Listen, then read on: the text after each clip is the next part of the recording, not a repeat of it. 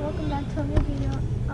And today we're gonna tell you guys why we chose this car. Okay, so this is not more of a performance well, there's performance reasons why we got this car, but it's more of a, I guess I would say, biased opinions of why I got this car over other cars.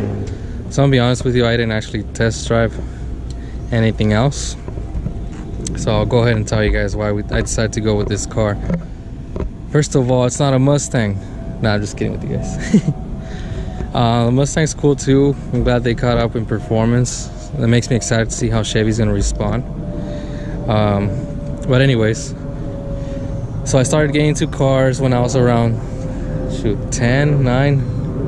I don't remember how old I was when the first Fast and the Furious movie came out, but you know, that introduced me to tuners. You know, mostly they had tuners and imports. They didn't really have much muscle, especially like the first couple of movies. But actually, it was when my family started getting into Chevys about 2 decades ago, and they've been really good vehicles to us so far. So that's one of the main reasons why me personally and my family is Chevy right now. We're pro Chevy. Another reason was because I found out when I was younger that my dad's first car was a Camaro. He had a second generation 1978 Camaro, I believe. He doesn't have it anymore, but that was his first car. When I saw the 5th gen back in magazines in 2006-7, I fell in love with the concept. It was one of the best looking cars I've had seen at that point, in my opinion. And I was hoping that it would really go into production, because I said when I grow up, I'm definitely want to get this car. So yeah, fast forward a few years later, and I buy a V6 2012, I believe, LT V6 Camaro, 5th generation, brand new off the lot. And trust me, I loved the car when I first started driving it. The power delivery of the V6 was respectable. But yeah, fast forward a year later after that, I didn't get tired of the V6, but I felt like I wanted more. And my V6 was an automatic, and I also actually wanted to be more engaged and, you know, shift my own gears. So a year later, I decided to go check out the dealer. I was in a financially better situation, so guess what? I traded in the V6 for the SS. Actually, it was a 2SS in dark gray, 2012, and manual transmission. And that's actually where I learned to drive manual transmission. And I remember the first time I was driving it, my dad was teaching me. I was actually scared of the car. Like, just, I don't know, I felt like I knew the power was gonna be different. It was a bit different, but like definitely way better than the V6.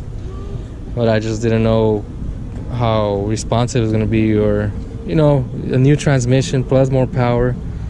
It was a scary thought at the time, but I learned, and it wasn't a big deal. So what happened to the car? Fast forward a year later, I was young and stupid back then. I actually totaled the car. So I was without a Camaro for 5 years.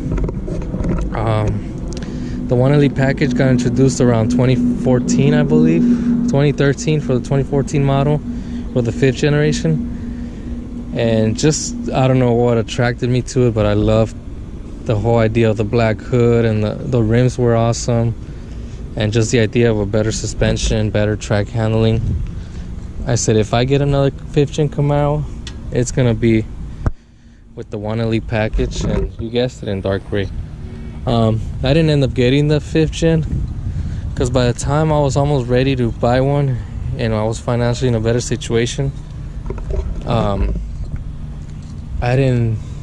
was starting to hear about the 6th generation. Oh, more power, VLT1 from the Corvette. I was like, I might as well wait. Possibly track performance equal to a 5th gen with the SS with the 1 Elite package. I was like, why not wait? 2016 came around. No, 2015. But 2016 started hitting the dealers, and I was in a financially stable situation then. I probably could have bought and SS. We went to, what was it, that road trip that Chevy was doing with the Camaro, showing them around different states. There was one in LA. They took some of the Camaros there, and definitely love the 6th gen over the 5th gen that I love so much. I love the improvements they made, and like it makes the car look sharper, more mean, more clean, more aggressive, in my opinion. The other one was, comparing this to the old one now looks like boxy, too rectangular. This is like perfect. So lighter weight, more power. I was like, sign me in. So yeah, we went to that LA. It was like the road trip they were doing with their Camaros, and I talked to Al Oppenheimer, I believe, or Heiser, forgot his last name. And I asked him about the 1LE. He's like, you guys gonna do eventually a 1LE package to this? He's like, keep the faith. I was like, all right. But what you know, around February of 2016, I believe, which is my birthday month, February, they released all the details, well, beginning details of the 1LE package for the 6th generation. I was like, no way. It's like a birthday gift to me. I was like, might as well wait to the end of the year for 2016 for the 1LE package on this Camaro. I was like, wow. I was like, they revealed it within the 2nd model year versus, I believe it was the 4th year for the other one. I was like, great. So those are all the reasons why I went with this car. And then if any of you read into this car, performance reviews and everything, nothing but good talk and like positive reviews about this car. So not only was my decision obviously biased towards Chevy, but I was looking more at the performance route of this, because the 1LE package definitely delivers in terms of track performance over a regular Super Sport. So there you have it. We will be doing a full review of the car soon, and that will give you an idea of how it is owning this car. I've had it has 17,000 miles, so it will be a pretty full-in review, I would say. Not only about the performance of the car, and so yeah, we'll be doing a full review soon of this car. And so not only in terms of like the performance and like all the specifications and all the technology that's in this car, but also what it's like for owning this car for the past 17,000 miles. I'll give you guys like specifics on terms of like if I've taken it to a dealer for any little things, which I have, and I'll go over that in the review as well.